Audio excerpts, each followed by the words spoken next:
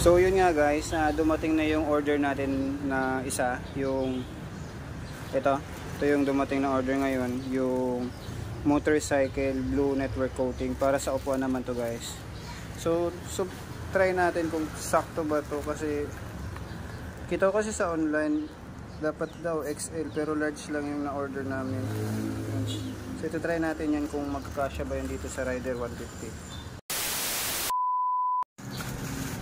So ilalagay na natin to guys dito. Sa mga gustong palang bumili ng ganito guys, ilalagay ko na lang dyan sa baba yung link. Sa Shopee ko to guys na order. Motorcycle seat cover, anti-scratch, waterproof net, cushion, universal durable 3D mesh net seat cover. 80 pesos ko lang siya guys nakuha. Tapos naka free shipping pa siya. Ang kagandahan pala nito guys, pag naarawan maghapon yung motor mo, pag inupuan mo siya, hindi siya gaanong mainit.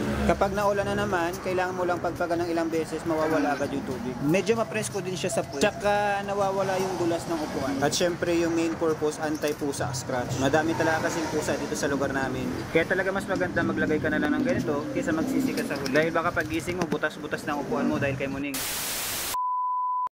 So ito na guys yung finish product na naikabit na natin. So maganda siya. So di siya masyadong madulas. So siguro mapoprotektahan din sa araw. At pag maulan, ipapalpag nyo lang, wala na agad yung tubig. So yun lamang guys para sa video na ito.